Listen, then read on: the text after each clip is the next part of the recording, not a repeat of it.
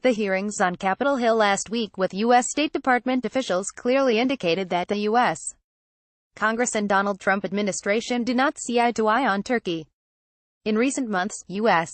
lawmakers increased their attempts to punish or pressure Turkey over the imprisonment of American citizens, such as Pastor Andrew Brunson, and used fifth-generation F-35 warplanes as a bargaining chip. Another lawmaker, Senator Chris Van Hollen, a Democrat from Maryland, succeeded in placing additional sanctions on F-35 deliveries within the U.S. State Department draft appropriations bill, requiring Turkey to stop the purchase of the Russian S-400 missile system. The U.S. Defense Department is already unhappy about these congressional attempts. One U.S. defense official told an American TV channel last month that U.S. Defense Secretary James Mattis was personally engaging lawmakers to remove anti-Turkey language from the defense authorization bill. The State Department, on the other hand, earlier this year convinced Senator Jeanne Shaheen and others that Turkish courts might have released Brunson in May, and in return Shaheen retracted the then-intended sanctions. Their expectations proved to be fruitless. As a Turkish judge later remanded Brunson, senators came up with fresher and bolder sanction ideas like the F-35s. The intent was hitting Turkey where it would hurt.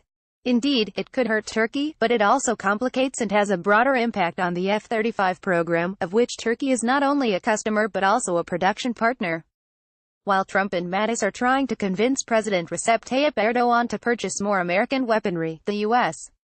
Congress is busy preventing Ankara from buying up to 100 F-35s, which are essential to maintain the program. It was evident in two congressional hearings last week that the Trump administration was diverging from Capitol Hill.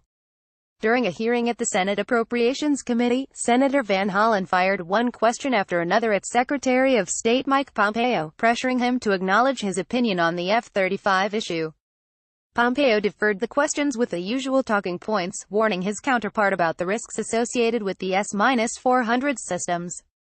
Van Hollen, frustrated at the response, asked for a more definitive statement from him on the F-35s, though Pompeo maintained his diplomatic attitude. "It's a very complex situation, Senator," he said. "We are certainly reviewing it. We've spoken to the Turks at great length." Another senior State Department official made it clear that the administration did not need sanctions against Turkey.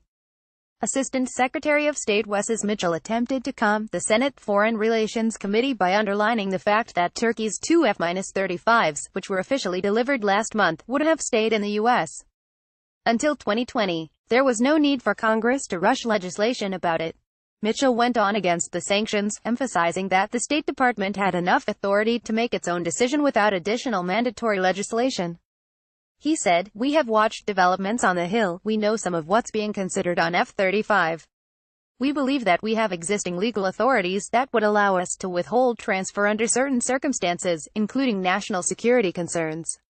Given that, we believe that we continue to have the time and ability to ensure Turkey does not move forward on S-400 before having to take a decision on F-35." After these exchanges, Shaheen and Senator Lindsey Graham traveled to Ankara to meet Erdogan. Following the meeting, both senators made positive statements about their expectations for Brunson and the importance of bilateral relations. Shaheen's tweet was particularly attention-grabbing. She said Erdogan was receptive to her concerns. "I'm in Turkey to help build a constructive dialogue with President Erdogan on the cases of Americans wrongfully arrested and other issues of mutual concern.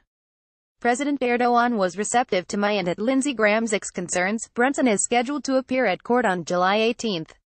His possible release, pending trial, could change the trajectory of Turkish-American relations for the better. Yet, there are risks. If the U.S.